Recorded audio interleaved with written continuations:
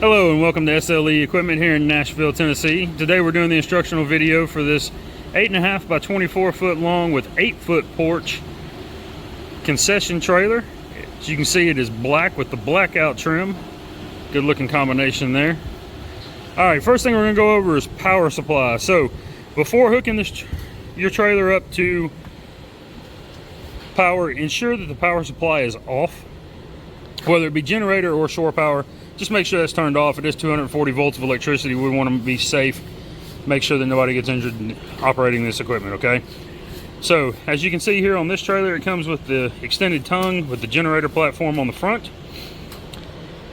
First thing you're going to do to make your connection is take your supplied power cord, plug it in here. You're going to have a notch over here on the left side.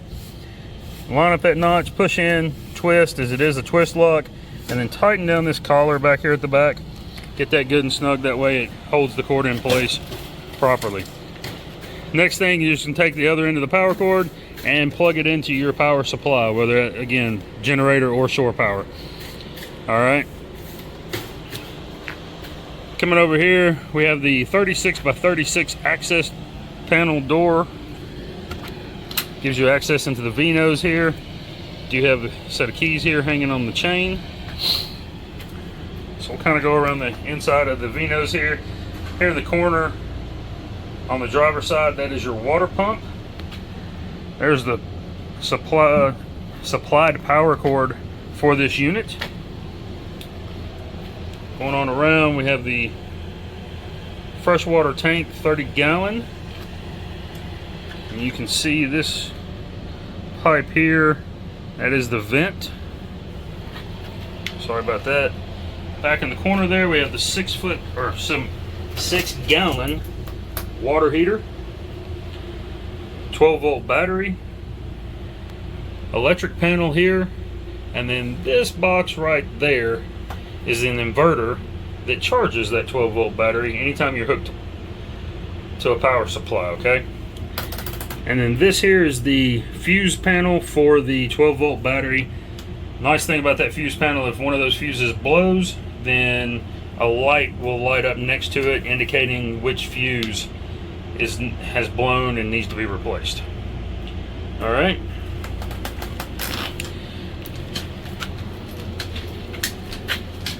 And then right back here, you can see, so this long line here, that is the main supply line from the water tank, the 30-gallon freshwater tank. This line here is your blowout, has the air fitting on the end of it there. You'll get that video on how to winterize the unit in a separate video. And then this line here is the drain. So you simply just turn that valve on, that goes through the floor and out through the bottom of the unit there. Now, with these valves, you can see this one is in line with the plumbing line. That means it is open. All right. These two here, they are not in line, they are closed. So all the valves on this unit, that's how they're going to operate. If they're in line, they're open. If they're not in line, they are closed. All right. And then this here, this is your speed crank for the stabilizer jacks. We'll go over those now. So this unit has a stabilizer crank jack on all four corners. It is simply that, a stabilizer jack. Please do not use that jack to try to level the unit with. You need to do that using the tongue jack and blocks underneath your wheels to level the unit out, okay? These are simply to stabilize it, keep it from rocking side to side as much. All right. Here we have the water access panel. Just open that up. This is your freshwater supply. This fills the freshwater tank in the V-nose there. Just insert your hose here, fill it. When done, remove your hose and replace your cap. This one is the pressurized system, or the city water. You can see it does have a screen on it. When you connect to that, and that's a typical garden hose connection there, when you connect to that, that does bypass the freshwater tank, supplies water directly to the water pump and the water heater. All right, we'll get a quick look down the side of this unit here.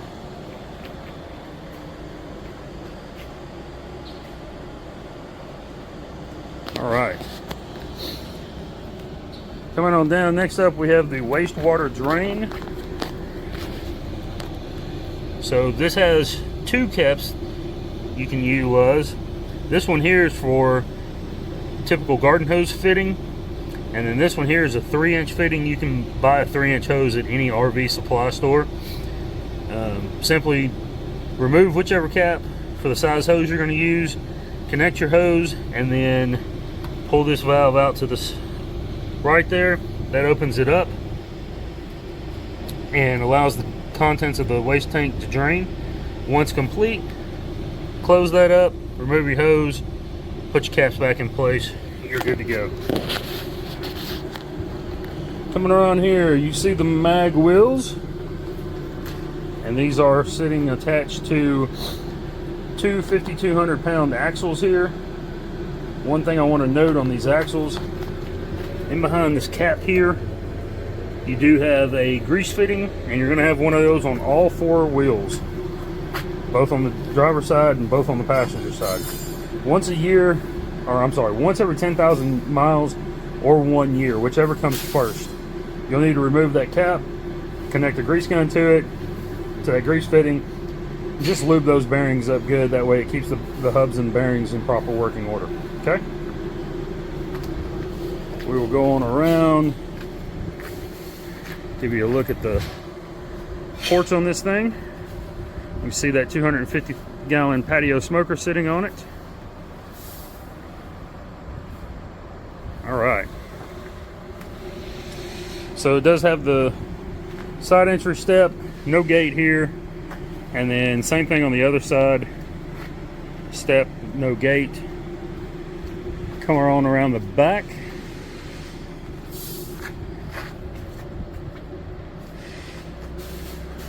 Give you a look from the back side of that smoker there and the porch. You can see on the rear gate there is a license plate holder, and then that rear gate is also removable. So you simply undo your latches here, and then the 2 latches on this side as well. I'll get there with the camera in a second. Once you've undone those, you just lift the gate off if you're needing to work there. Of course, you do have that smoker in your way, but all right, taking a look at the top of the inside of the porch there, you can see the 2 LED lights and then the aluminum mill finish. I'm actually going to go up here and turn those lights on right quick. Got a little ahead of myself here apparently. Give you a quick look at the inside of this unit.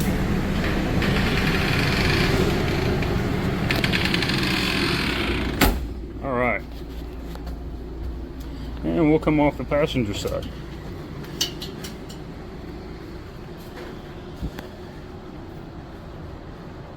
There's a good look down the passenger side of the unit.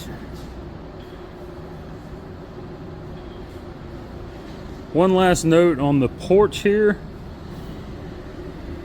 There is a speaker on the porch. This unit is equipped with a stereo system. So there's that speaker right up there. Of course, you also have the 200-pound propane tanks sitting inside their propane cages there. We'll go over all that here in just a minute. Mag wheels on the passenger side, and then here we have the concession window. It is a 5-foot concession window with horizontal sliding windows. You see LED light and speaker on that side of it, LED light and speaker on this side. All right, so both front and back sides have an LED light and a speaker there. And then you have the flip-up counter. Flip-up counter, very easy to operate. Simply come here, push one latch down, gently rest your arm against it, the bottom of the shelf, don't lift up, push the second latch down, and you can lower that down with one hand. All right. Oh, forgot to show. Here's that rear stabilizer jack on the passenger side. Step there. And that porch does also have 4 D-rings on it. There's one here, there, and then one underneath here. And then stabilizer jack here on the front passenger corner. And we'll get a look down the unit from the front side here.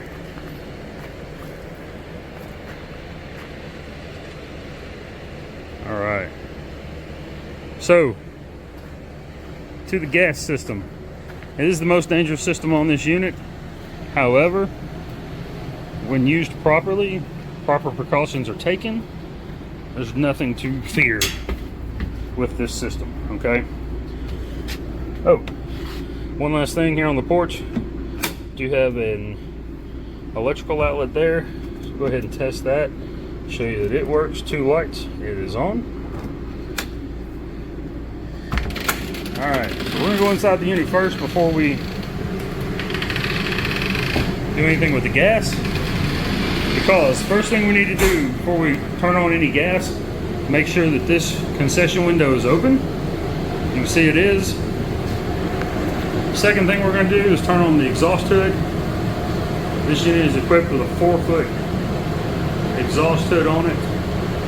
LED light as part of the hood. That light is only on when the exhaust hood is turned on. So as you can see, it is running. That is accomplished by flipping this switch right here. Okay? So that switch is just to the right of the fryers. There you have the fryers and then a table and then that switch.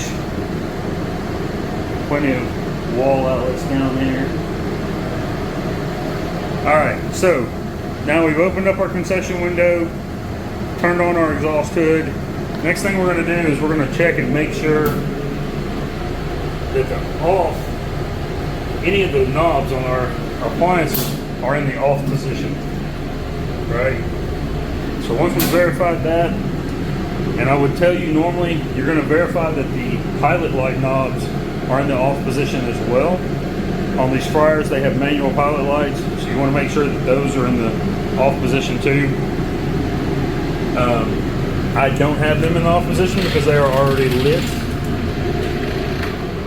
but you're going to want to make sure that those are turned off as well. Alright, so I'm sure you saw my tank sitting here next to the trailer as we were going down the driver's side earlier. So we are running off of our supplied tank. One big reason for that, these tanks do come empty. Alright, they are 100-pound propane tanks. 100-pound propane tank holds about 23 gallons of propane. So you'll want to have those filled by a licensed certified dealer. That way you can avoid any issues with your propane tanks. If they were to overfill these tanks, then they could potentially damage the valves on the tank itself or damage your regulator from them being overfilled. So now you're ready to turn on your tank here. So simply to do that, you're simply going to come here, turn this knob, and you're going to open that all the way up. And I actually think I might be closing this one. I am. It was open, but you're going to turn that and you're going to open that all the way up. Okay, once you've done that, you're going to come right here to your regulator and you're going to, where it says vent here, you're going to kind of listen, make sure you don't hear any hissing here, and make sure you don't smell an abnormal amount of propane right here. If you do, it's an indication you probably have something wrong with your regulator. You're going to need to get that checked out by calling your local gas company. All right, everything checks out there though. Continue on to the second step. Second step is simply turning this valve on. Again, not in line with the gas line. That is closed. Open, it's in line. Okay, so you're going to open that up. When you do, you're going to hear an initial whoosh of gas come through here. That's normal. You should hear that. What you don't want to hear and should not hear is a continuous flow of gas. If you hear a continuous flow of gas, shut this off, go back inside your unit, check all your knobs again, make sure everything is in the off position, because that continuous flow of gas tells you that there's propane flowing through the line, and you have propane exiting somewhere from the gas line, whether it's inside the unit or outside the unit. And I say outside because this line, as you can see, goes through the floor, and then the lines in the trailer come up through the bottom of the floor. Okay, so with that being the case, that does leave open the possibility that during transport, any kind of road debris, rocks, wood, chunks of rubber, whatever, could kick up off the road, hit that line, and potentially rupture it. So we just want to make sure that when we turn this on, we don't hear continuous running of gas. Again, if you do, shut this off, check your knobs first. If all your knobs are in the off position, turn this back on. You still hear gas running continuously, shut it back off, close your tank up, contact your local gas company, let them come out and inspect the unit and make any necessary repairs. Okay. However, you flip that on, that's fully open, you flip this to the open position, do not hear gas continuously running, you're good to go. We're ready to go inside and fire up the equipment. All right. One thing I could show you right quick is the 36 by 78 RV style entry door here on the back porch. As you can see, it does have the glass window in the center there. That window is tinted. It does open, has a screen on it. You can see that. That slides the glass open. Now you're just looking through the screen. You can see the tent, no tent.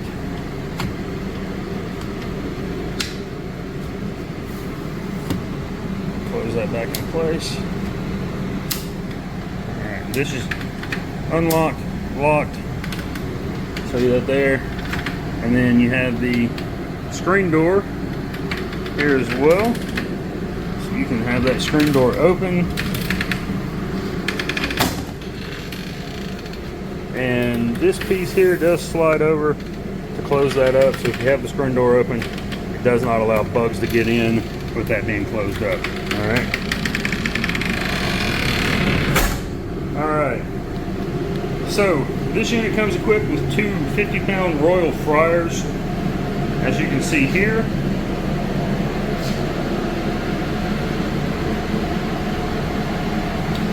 The baskets are in the sink over there. I don't want to leave them in while I'm lighting these, because I do have some other components.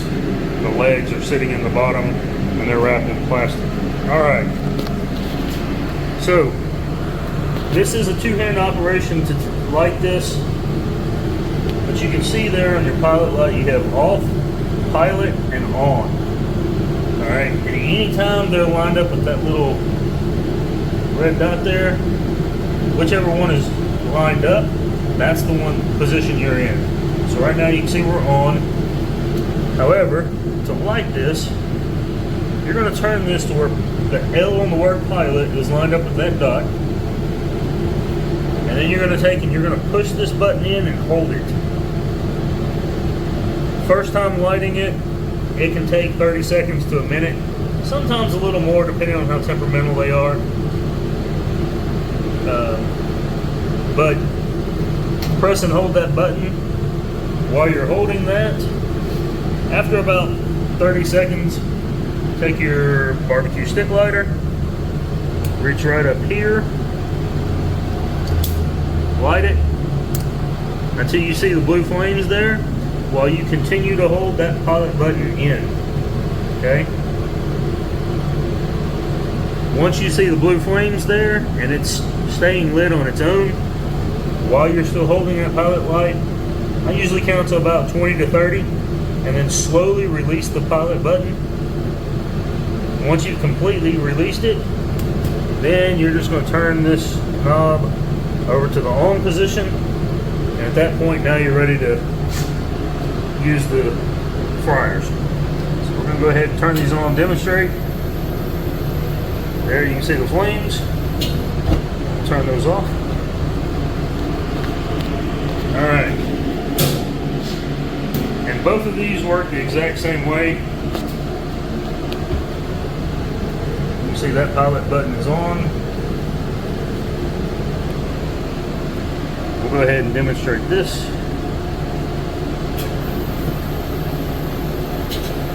Alright, there's that firework. So that does it for our gas on this trailer. Let's talk about this hood a little bit here. You can see this hood does have 2 grease filters in it up here. So once a week at least, minimum, you're going to want to pull these grease filters out, wash them with soap, warm water. You can use whatever kind of dish detergent you normally use. Dawn works pretty well on them. So just soap, warm water, and get those good and clean. That'll help prevent any grease fires in behind the filters there inside the hood. That would not be good. And then as this right here, in behind there, there's 2 grease cups there.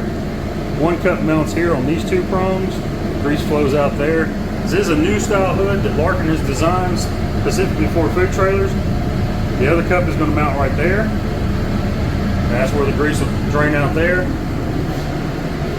So this style of hood has done away with the external trough, grease trough or grease rail that you can detach. So when you pull out your grease filters, you're going to want to kind of clean down in that channel there along the bottom on the inside. Just clean that as well. And then your grease cups, you'll need to monitor those daily. You may have to clean those depending on how much cooking you're doing. You may have to clean those multiple times a day, but at least every day, once a day, you need to clean those grease cups, okay? Keep those from overflowing. Would not be good. All right, and you can see the fire suppression system here. It runs over, runs down. Tank is mounted underneath this table here and the floor. And then right up here we have the control head, the fire suppression system. If you were to encounter the need to manually discharge this system, you would do so by grabbing the pin, much like a fire extinguisher. Give a good firm pull, flip the handle here up to the left, and that'll move from set to fire. And at that point, you're going to want to exit the unit, okay? And it is tagged from where it was installed. You can see it was just installed this month. It is a new system. All right. That does it for the fire suppression system. And then the last thing I want to touch on here is the carbon monoxide and explosive gas alarm.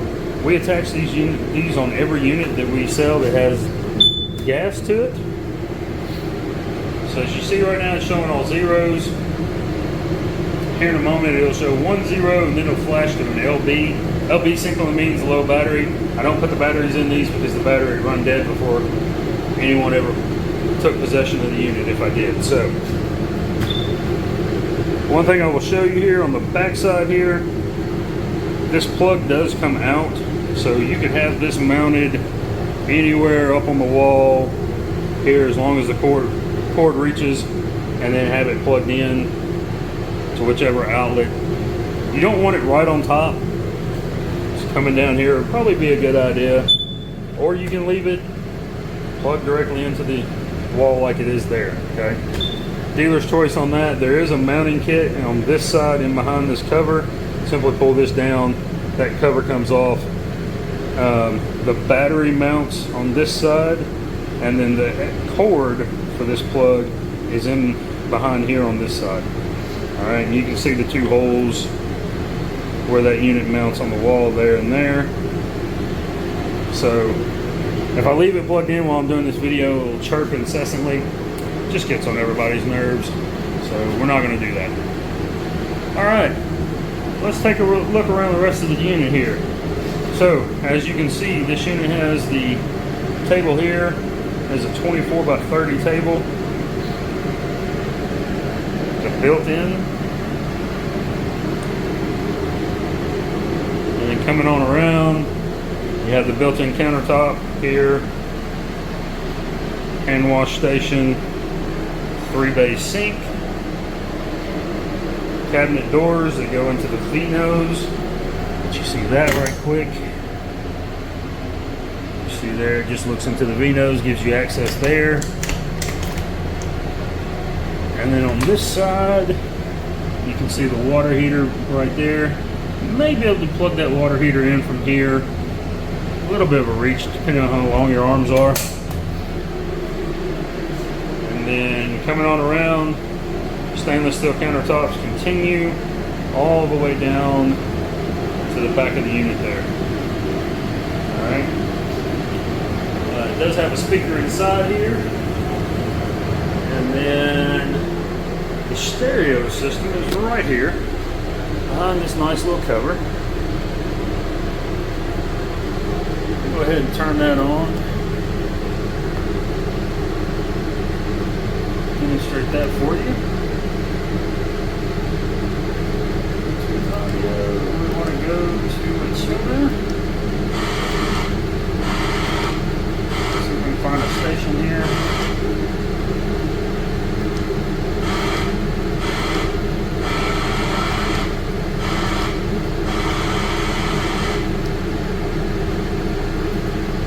It will manually or automatically search for a station.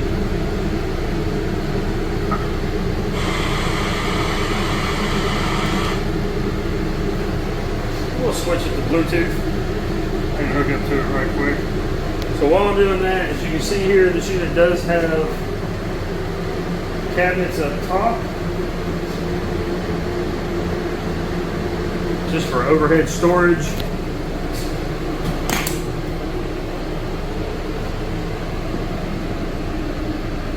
Inside the V-nose there. And then it also has the shelf in the V-nose right above the sinks.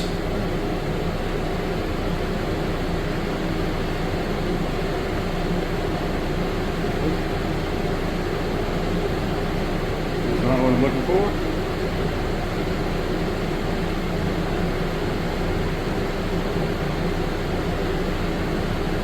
Alright, we are connected here. So let's find a song right quick.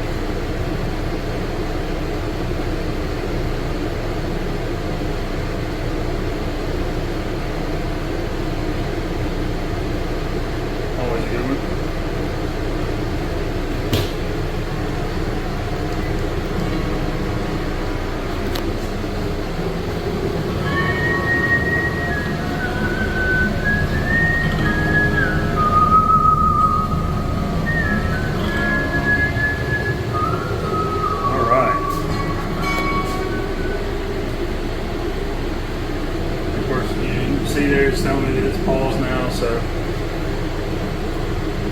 Nice stereo system. It tells you see you when you turn it off. And I'm going to replace the cover back over it here.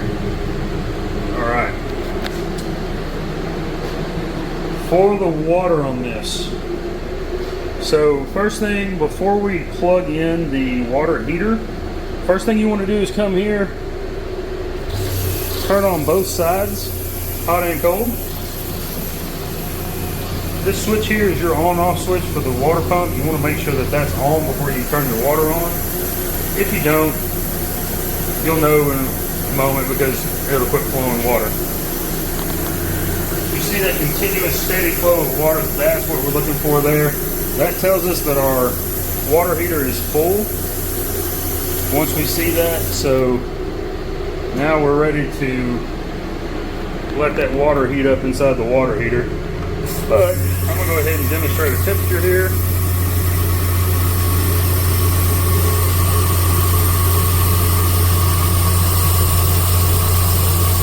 137, 138. That is hot. 139, 140. If I have it turned up to max, I do that just so that it heats up quickly and I know it's hot, good and hot, and beyond the 120 when I turn it on. And we'll show you the cold water side. Alright. So 120 is what most health departments are looking for as far as the temperature. So like I said, I like to make sure that I get it good and hot. We can demonstrate that it can do the 120. All right. This unit has the rubber coin flooring in it. Also has 1, 2, 3 LED lights in here. When the hood's on, you have the 4th there over the cooking area. Aluminum mill finish all around, you can see. And then here in the center of the unit, it has the heat and air unit. So this back button here, or dial here, knob, whatever you want to call it, that is the hot cold knob. Lets you select your temperature. And then this front one is your off, low heat, high heat, low fan, high fan, low air, low cold, low AC, low cool, high cool. There we go. I'll get there in a second. So you can choose if it's warm outside and you need AC, low cool, high cool. You just want the fan on, you can have that option, and then you can also turn on the heat. This switch and this switch, all that does, you flip that switch toward the back, it's going to shut air off and not allow it to come out the back side here. You can do the same thing on the front side by switching it there. With these units, I would recommend maybe turning off or shutting off this end because of that exhaust fan right there, because that is going to suck out any and all cold air, heat, whatever. So you might be better off just let air flow out of this end, blow toward the front of the unit, circulate, come back before it gets sucked out. All right, let's go around and check these outlets right quick. Show you that all of those are working. 2 lights means it's good. We have power.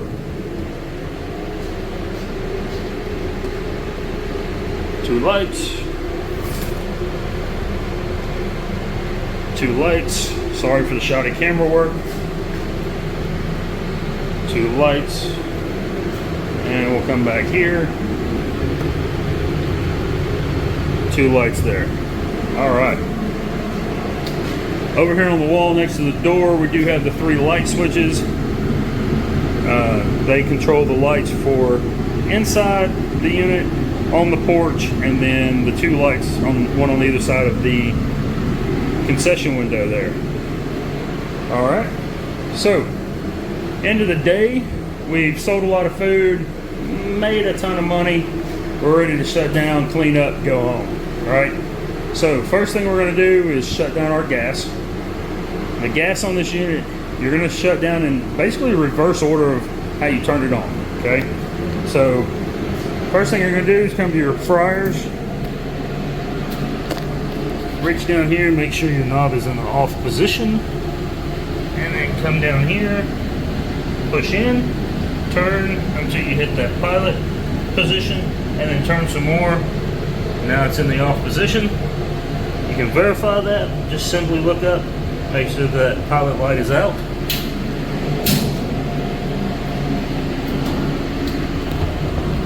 Same thing here, off position, and then we're going to come here, push in, turn it. When it hits the pilot, it's going to stop, and then you're going to push in again, turn it all the way over to off.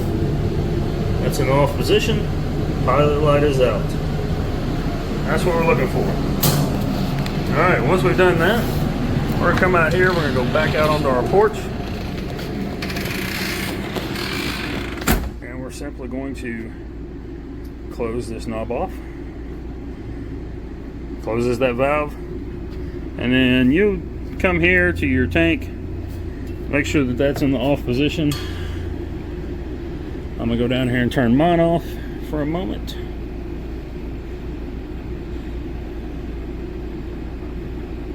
All right, gas is off. Now we can go back in the unit, and we're simply at this point we're just going to verify. All right, just going to take a quick look. Off, off. That's off. That one's good. Pilot lights out. That knob is off. That knob is off. We are good. So now that we have all of our gas off and we have verified it, Now we can come over here, turn off our exhaust fan. It's a little quieter in here, a little easier to hear. You don't feel like you have to yell when you talk. It's not that bad. I'm exaggerating a little bit. So that's your shutdown for your gas. A couple of things to keep in mind. I do tell everybody, I would, at the end of the day, one of the last things I would do is make sure I go into the Vinos, unplug that water heater. That way, if you've done the winterization or you had a leak or whatever, you just ran all the water out of it somehow or another. You're just ensuring that the next time you start the unit up, plug it into power, that water heater is not plugged in and turn it on before you've had a chance to make sure that it's full by turning the water on and waiting till you have that good consistent flow with both hot and cold open. Okay, that way it keeps from burning up the heating element, and in turn you incur an extra expense that you didn't need or want. So, all right, we've done that. Everything from there is just cleaning up, making sure everything is stowed away, nothing's loose that could slide around, you know, fly off the shelves and countertops. Make sure all your hoses, power cord, all that is disconnected, stowed away good, properly, that way you don't lose those. Caps are replaced, things of that sort. Before transit with the unit, make sure that you have checked your tire pressure, checked your lug nuts, make sure that all that's good, and you've closed your concession window, things of that sort. All right. Don't forget one thing here. So the sticker here on the back wall, this does go over just some general safety guidelines and procedures, startup procedure, shutdown procedure, and things to check before transit. We went over most of that stuff, but I did want to just point out that that is here on the wall. So it is there for you to view at any time. Yes, I did forget it. Came back and added it. But, so again, thank you for doing business here with SLE. Hope you enjoyed this unit. Have a great day.